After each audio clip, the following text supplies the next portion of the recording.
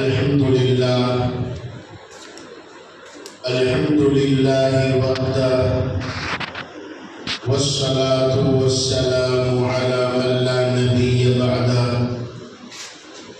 لا نبي بعده ولا نبوة بعده ولا رسول بعده ولا رسالة بعده صاحب التاج والمعراج الذي اسمه مكتوب في الإنجيل والتوراة ناسخ الملل والأديان صاحب اللسان والقرآن.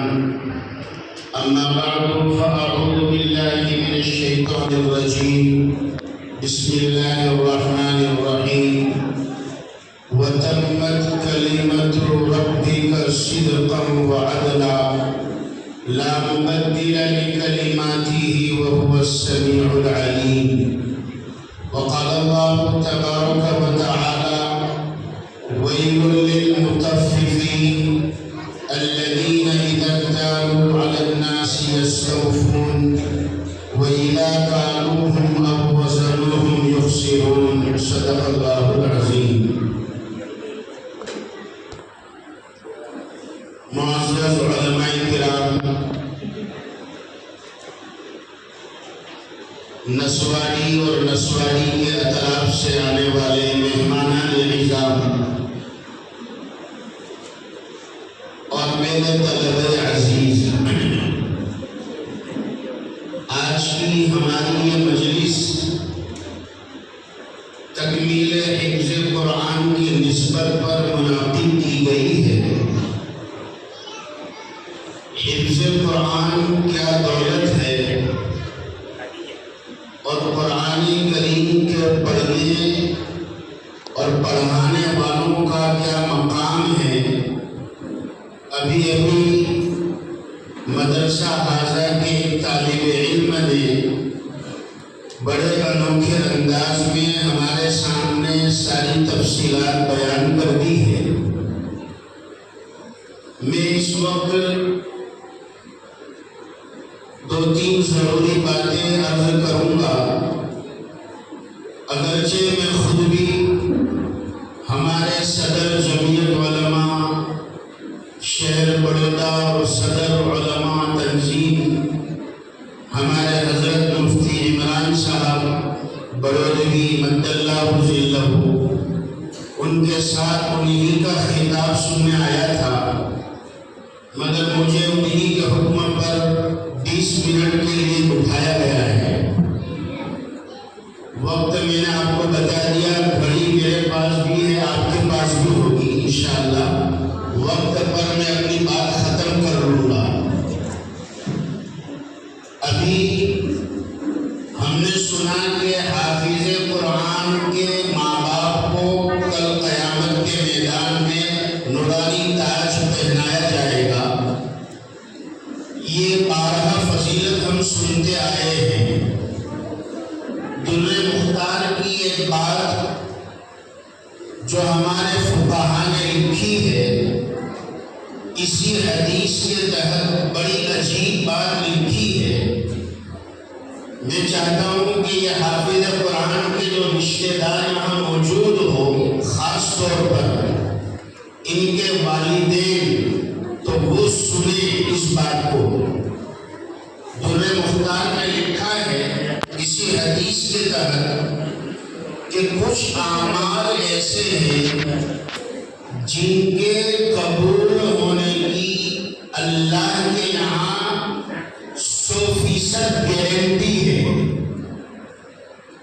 یعنی کچھ اعمال تو ایسے ہیں کہ اللہ اپنی شان سے قبول کرے نہ کرے اس کی مرضی ہے، مگر کچھ اعمال ایسے ہیں جن کو اللہ سبحانہ و تعالی 100% قبول کرتے ہیں۔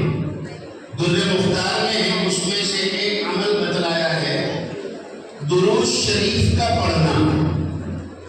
کسی بھی دعا سے پہلے اور بعد میں درود شریف پڑھ لی جائے، فرمایا علماء کرام نے اس دعا کے رد ہی نہیں، یہ دعا قبول نہیں ہوگی، اس لیے کہ اس کے آگے اور پیچھے آپ صلی اللہ علیہ وسلم پر درود پڑھ لیا گیا ہے۔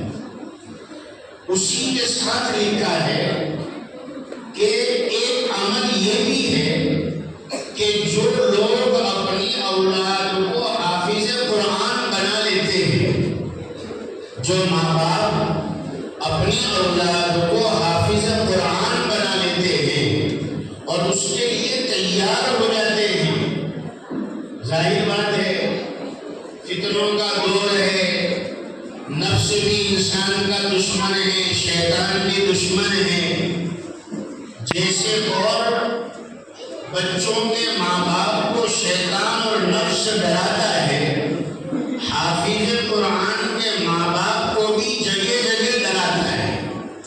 یہ شیطان بڑا چال باز ہے، بڑا ٹیچر بھی ہے اور بڑا چیٹر بھی ہے، یاد رکھیں، بڑا چیٹر ہے اور ایسا چیٹر ہے کہ کس کے ساتھ کیسے برتاؤ کرنا شیطان اس کو اچھی طرح جانتا ہے، لہذا ٹیچر بھی ہے، کس کو کس طرح سے بہکانا۔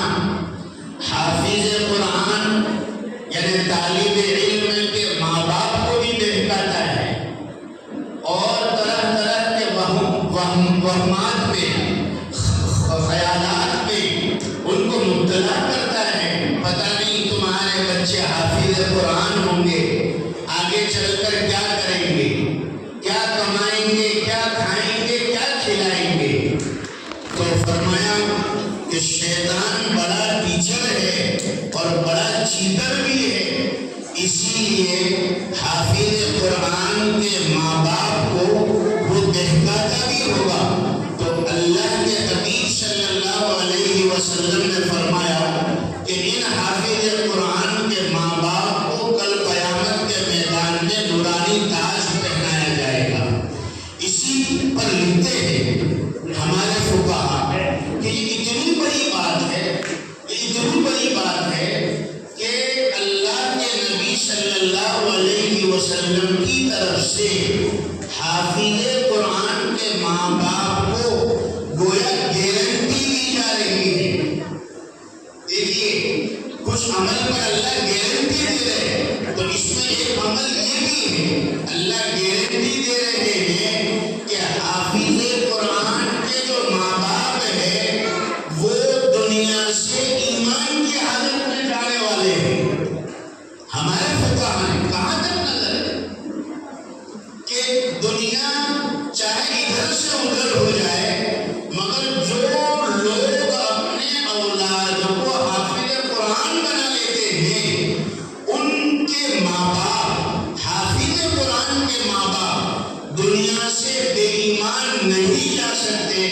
آسمان اور زمین ادھر سے ادھر ہو سکتے ہیں، مگر ان کے ماں باپ دنیا سے ایمان کی حالت میں جائیں گے۔ کیوں؟ اس لیے کہ اللہ کے حبیب صلی اللہ علیہ وسلم نے فرما دیا کل قیامت کے میدان میں ان کے ماں باپ کو نورانی تاج پہنایا جائے گا، اور جو انسان دنیا سے بے ایمان ہو کر جائے اس کے لیے آخرت میں کوئی حصہ نہیں ہے، آخرت میں کوئی بدلہ نہیں ہے۔ لہذا حافظ قرآن کے ماں باپ کا دنیا سے ایمان پر خاتمہ ہونا اور ایمان کی حالت میں جانا، یہ اللہ کے نبی صلی اللہ علیہ وسلم کی طرف سے گارنٹی۔ ایک بات تو مجھے یہ بتلانی تھی جو میں نے کہی۔ دوسری ضروری بات یہ ہے، میں نے ایک آیت آپ کے سامنے پڑھی ہے، اسی کے حوالے سے کہتا ہوں، جو علماء بیٹھے ہیں، ذمہ دار بیٹھے ہیں اور اساتذہ بھی بیٹھے ہیں، آپ طلبہ یہ بھی سمجھ رہے ہیں۔ درمیان میں ایک بات یہ کہہ دوں کہ ہماری ایک بہت بڑی غلط فہمی یہ ہے، ہماری ایک بہت بڑی بھول یہ ہوتی ہے کہ ہم جب تک بخاری شریف نہیں پڑھ لیتے،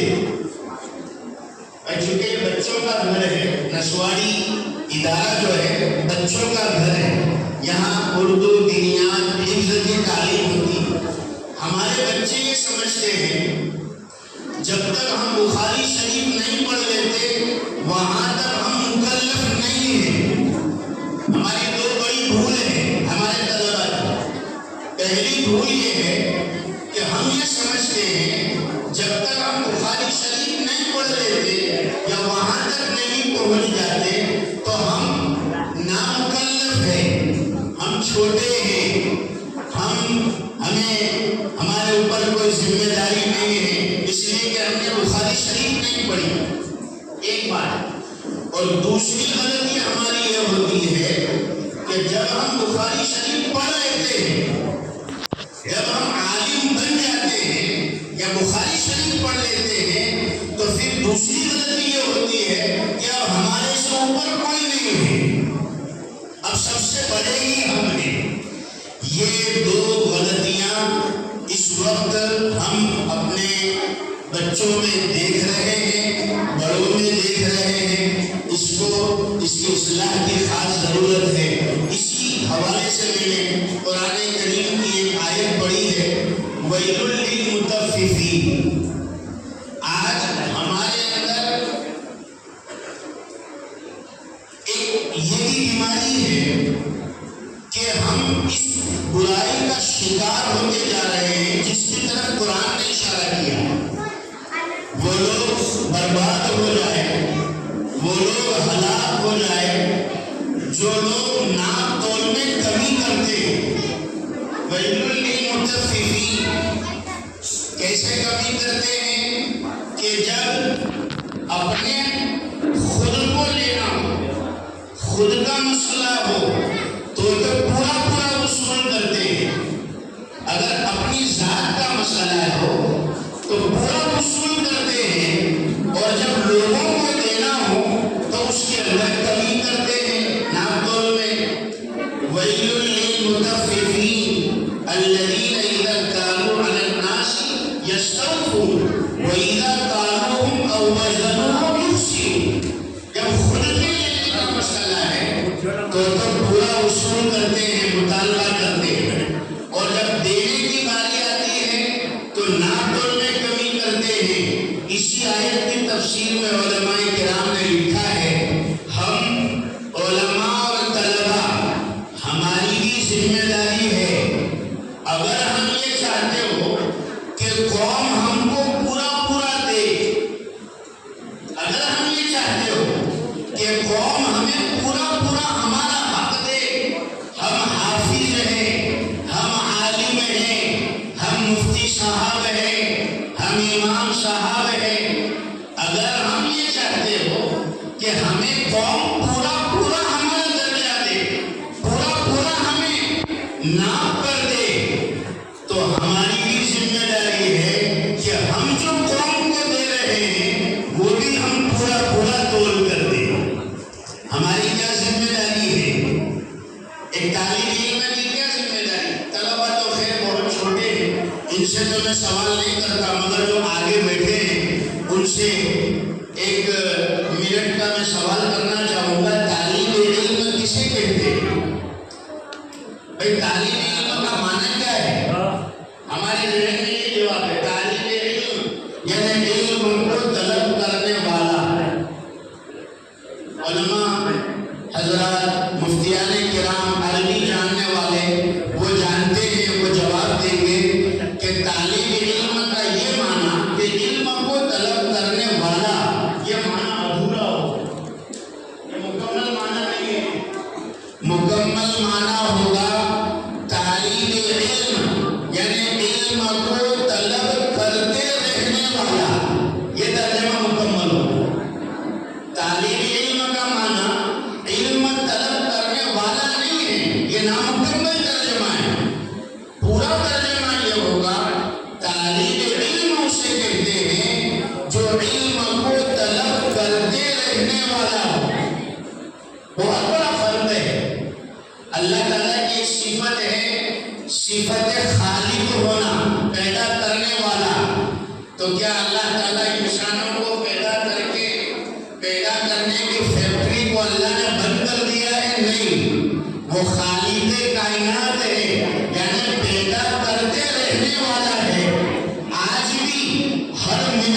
سیکنڈ میں اللہ تعالیٰ ہزاروں بچوں کو پیدا کرنے پر قادر ہے اور کر رہے ہیں۔ طالب علم اسے کہتے ہیں کہ جو ہر وقت جس کا ذہن علم کی تلاش میں لگا ہوا رہے کہ آج میں حافظ قرآن ہو گیا تو میرا علم کا سفر یہاں ختم نہیں ہوا، بلکہ میں ایک منزل اور ایک اسٹیشن پر آ گیا ہوں، ابھی ڈیسٹینیشن تو آگے ہے، آخری منزل نہیں ہے یہ میری، ابھی میں نے حفظ قرآن کیا ہے، ابھی میری بہت ساری منزلیں باقی ہے اور مجھے آگے چلنا ہے۔ میرے اور آپ کے آقا نے فرمایا کہ علم حاصل کرو، ماں کی گود سے لے کر قبر کی گود میں جانے تک علم حاصل کرتے رہو۔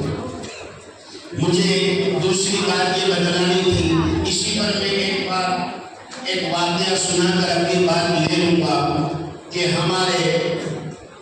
میں اس وقت ایک ایسے استاد کا ذکر کرنا گوارا کرتا ہوں اور مناسب سمجھتا ہوں جن کا تعلق ہم سے جو ہے آپ سے بھی ہے، یعنی یہ جو علاقہ ہے نسواڑی، دیولیا اور یہ پورا جتنا بڑا علاقہ ہے، آپ لوگ تو ماشاءاللہ بیسیکلی بڑودہ سے کنیکٹ ہو، نسواڑی والے، دیولیا والے، تلنگواڑا والے، ماشاءاللہ۔ تو میں ہمارے بزرگوں میں سے ایک ہمارے استاد جن سے میں نے پڑھا، حضرت مولانا سید مصلح الدین صاحب بڑودوی رحمت اللہ علیہ رحمت واسعہ، ان کی ایک دو بات بتلانا چاہتا ہوں۔ قرآن کریم سے کتنا تعلق تھا ہمارے اکابر کو، ہمارے علماء کو۔ سب سے پہلے تو حضرت کے حالات میں لکھا ہے، میں نے رمضان میں انگلینڈ کے سفر میں حضرت کی سوانح وہاں انگلینڈ میں پڑھی، تب بہت ساری باتیں جو ہم بڑودہ میں رہ کر نہیں جانتے تھے، ہمیں انگلینڈ میں رہ کر حضرت کی باتیں پتہ چلی، اس لیے کہ حضرت ڈیوزبری میں شیخ الحدیث تھے جو یورپ کا بڑا دارالعلوم ہے۔ تو لکھا ہے آپ کی سوانح میں کہ آپ حافظ قرآن نہیں تھے، حضرت مولانا سید مصلح الدین رحمت اللہ علیہ، مگر بستی میں تراویح کا موقع آیا تو لوگوں نے ایک حافظ صاحب کو بڑی دور سے بلایا، بہت دور دور تک حافظ قرآن ملتے نہیں تھے، بڑی دور سے بلایا۔ 29ویں تاریخ تھی، آخری دن تھا شعبان کا، آئندہ کل سے تراویح شروع ہونے والی ہے، اور یہاں پر وہ حافظ صاحب آئے تو انہوں نے شرط رکھی کہ میں تبھی تراویح میں قرآن سناؤں گا جبکہ میرے پیچھے بھی کوئی ایک سننے والا حافظ قرآن ہو۔ بستی والوں نے کہا ہمارے یہاں تو کوئی بھی نہیں ہے۔ حضرت کو پتا چلا تو حضرت نے فرمایا کہ میں نے نیت کر لی اور میں نے کہا اگرچہ میں حافظ نہیں ہوں لیکن میں تمہارا قرآن روزانہ سنوں گا تراویح کے اندر 20 رکعت میں۔ ٹھیک ہے۔ بستی والوں نے کہا حضرت آپ تو حافظ نہیں ہو، کوئی بات نہیں، میں اپنے دادا استاد کی سنت کو زندہ کروں گا۔ دادا استاد تو حضرت مولانا مصلح الدین صاحب بڑودوی رحمت اللہ علیہ نے لکھا ہے آپ کے سوانح میں، صبح سے لے کر رات تک سوا پارہ یاد کرتے، پڑھتے، اور رات تک سوا پارہ حفظ کر لیتے، اور رات میں تراویح میں حافظ قرآن کا پورا سوا پارہ سنتے اور ان کی جہاں غلطی ہوتی وہ بھی بتا دیتے۔ اس طریقے سے 27 دنوں میں حضرت مولانا مصلح الدین صاحب رحمت اللہ علیہ نے قرآن کریم کو مکمل حفظ کر لیا۔ یہ قرآن کریم کا معجزہ ہے، یہ قرآن کریم ہی کا کمال ہے، کسی انسان کا کمال نہیں ہے کہ یہ پورا جو یاد ہو جاتا ہے، یہ قرآن ہی کا کمال ہے۔ یاد کیا تو کیسا کیا؟ حضرت مولانا مصرف الدین صاحب رحمۃ اللہ علیہ نے 1963 میں پورے گجرات اور اطراف میں بہت ساری جگہ پر سورج گرہن تھا ایک دن، تو حضرت نے ظہر کی نماز، چونکہ جامع مسجد بڑودہ میں امام تھے، تو ظہر میں تشریف لائے اور کہا میں سورج گرہن کی 2 رکعت نماز پڑھانے والا ہوں، جو بھی میرا ساتھ دینا چاہے وہ کھڑے ہو جائے۔ اگر پڑھتے پڑھتے تھک جائے، اگر آپ لوگ میرے پیچھے نماز پڑھتے پڑھتے تھک جائے، تھوڑی دیر بیٹھ سکتے ہیں چاروں نماز میں اور پھر کھڑے ہو جائے، ٹھیک ہے۔ آپ نے 2 رکعت سورج گرہن کی ظہر بعد پڑھانا شروع کی، اثر تک 2 رکعت پڑھتے رہے، صرف 2 رکعت، 2 بجے سے لے کر 5:25 تک، 3 گھنٹے 25 منٹ تک، اور پہلی رکعت میں قرآن پڑھنا شروع کیا تو پڑھتے رہے، اتنا پڑھا جہاں پہلا سجدہ آیا وہاں پہلی رکعت کی حضرت نے، یعنی 9 پارے پہلی رکعت میں پڑھے۔ کتنے پارے پڑھے بھائی؟ ماشاءاللہ 9 پارے پڑھ لیے، اور لوگوں کا حال بڑا عجیب تھا، کوئی بیٹھ رہا ہے، کوئی اٹھ رہا ہے، پھر کوئی بیٹھ رہے، پھر اٹھ رہے، ایک رکعت پوری اس میں 9 پارے اور دوسری رکعت میں پھر 5 پارے، یعنی اس طرح 13 پارے کے قریب 2 رکعت میں آپ نے قرآن پڑھا، یہاں سلام پھیرا اور وہاں سورج گرہن ختم ہوا۔ یہ تھا ہمارے اکابر کا، ہمارے اساتذہ کا، ہمارے علماء کا قرآن کریم سے شغف اور قرآن کریم سے تعلق۔ ایک اور بات مجھے حضرت ہی کی یاد آ گئی کہ 1972 میں جب حج میں تشریف لے گئے تو آپ کے زمانے میں لکھا ہے کہ خانہ کعبہ میں وہ حتیم کا حصہ ہے، حتیم، آج تو وہاں 2 رکعت نفل پڑھنے پر بھی بڑی مشکل ہو رہی ہوتی ہے، اور مشکل سے 2 رکعت پڑھنے کا موقع ملتا ہے۔ 1971-72 میں جب حضرت حج میں گئے تو نیت کی کہ مجھے حتیم میں نوافل کے اندر پورا قرآن پڑھنا ہے، حتیم میں کھڑے رہ کر۔ تو حضرت نے ایک عشاء کی نماز کے بعد حتیم میں چلے گئے اور 2 رکعت نماز کی نفل کی نیت کر لی، اور صبح تک 2 رکعت میں 15 پارے پڑھ لیے، اور پھر دوسرے دن اسی وقت عشاء کے بعد پھر 2 رکعت نفل کی نیت کی، اور باقی 15 پارے دوسرے دن کر کے پورا قرآن کریم حتیم کے اندر حضرت مولانا سید مصرف الدین صاحب بڑودی رحمۃ اللہ علیہ نے مکمل فرمایا۔ میرے بھائی اور بزرگوں، آج ادارے وہی ہے، مدارس وہی ہے، اساتذہ وہی ہے، وقت ہمارے پاس وہی ہے، مگر آج ہم دیکھیں ہمارا وقت، ہماری توجہات اور ہماری جو ہے لگن پڑن کس چیز کی طرف ہے؟ ہمیں اللہ کے کلام سے جڑنا ہے، اور اس کو اللہ نے ہمیں توفیق دی ہے۔ خاص طور پر یہ حافظ قرآن جو آج اپنے اساتذہ کرام کے سامنے سند فراغت حاصل کریں گے، ان سے درخواست ہے کہ اس قیمتی دولت کو اپنے لیے اللہ کی طرف سے بڑی نعمت سمجھے، اور اس کا جتنا ہو سکے اس کا حق ادا کرتے جائے۔ اللہ تعالیٰ ان حافظ قرآن کی تکمیل کو آسان فرمائے، قبول فرمائے، اور جو ایک طالب علم کے لیے رکاوٹ بنتی ہے، جو چیزیں، ان رکاوٹوں سے اللہ تعالیٰ ہم سب کی حفاظت فرمائے، خصوصاً معصیت یعنی گناہ۔ ہمارے علماء نے اکابر میں لکھا ہے، ایک تو ہے گناہ معصیت، نمبر 2 سستی۔ آج یہ بھی بہت بڑی رکاوٹ ہے ہم سب کے لیے، سستی کا ہونا۔ حضرت مفتی تقی عثمانی صاحب رحمۃ اللہ علیہ کے پاس ایک سست آدمی گیا، بڑا سست تھا، یہ بھی تھا حضرت کے پاس گیا، جا کر کہنے لگا حضرت ایسا کوئی وظیفہ دو، ایسا کوئی وظیفہ دو کہ میری سستی دور ہو جائے، ایسا وظیفہ دو۔ تو حضرت نے فرمایا کہ میں تجھے وظیفہ دوں گا، مگر وظیفہ پڑھنے میں پھر تو سستی کرے گا تو پھر کیا کرے گا؟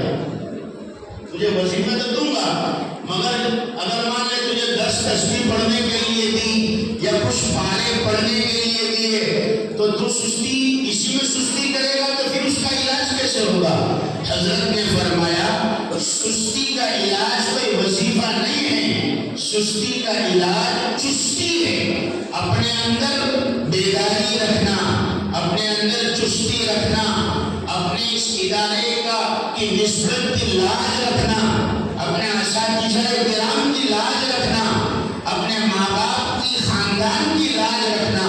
فرمائیں کہ بس یہی چستی ہے جو قرآن اور فکر ہمارے بزرگوں کی تھی۔ حضرت مولانا الیاس صاحب رحمۃ اللہ علیہ راتوں کو بے چین رہتے تھے، کروٹیں بدلتے رہتے تھے، تڑپتے رہتے تھے، اپنے آس پاس کا ماحول، گاؤں کا ماحول، دیہاتوں کا ماحول، مستورات عورتوں کا، نوجوانوں کا ماحول دیکھ کر رات کو اڑتے تھے اور تڑپتے تھے اور بستر سے اڑ جاتے۔